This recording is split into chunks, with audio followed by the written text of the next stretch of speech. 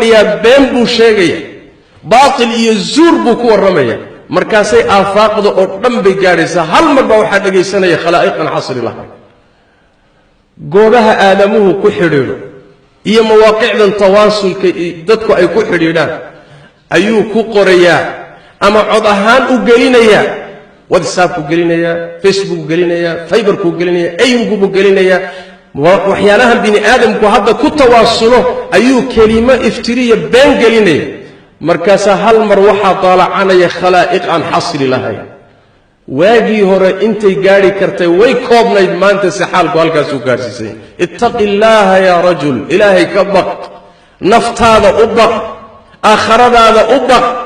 beentan aad sii daynayso ee khalaa'iqda ku sii daynayso cuquubadeedu waa taa waa qabrigay ku ciqaaban yihiin dadka aan tilmaamayno aakhira la isma gaadhin ilaahi hortiisana weli lama tagin naartii weynayd iyo xaalkeeduna waa laaban yahay warkan furan iyo xubnahan furan iyo dhaqankan furan ee aan xad lahayn ee alla ka cabsigu ku jirin waa wax kugu soo noqon doona aad uga xisaabta nabigeena salawaatu rabbi wa salaamu alayhi mucaad ibn jabal baa wuxuu weydiiyay rasuul ilaahayow arabka naga waxa ka soo baxayeen ku hadlayna ma naloo qabanaya waxan ma laysaga daba iimaan doona markaas nabigu wuxuu sallallahu alayhi wasallam mucaad hooyada ku weydaye dadka naarta ma waxa ku rido madax ama daba ugu tuuray ilaa wixii arabku shaqaystay mooyee wixii arabku gooyay iyo beertu beeray baa dadka naarta ku daadisa rasuulku wuxuu salawaatu rabbi wa salaamu alayhi markii la weydiiyay maxaa u badan oo dadka naarta geeya rasuulku wuxuu salawaatu rabbi wa salaamu alayhi afka iyo arabka wax ka soo fulay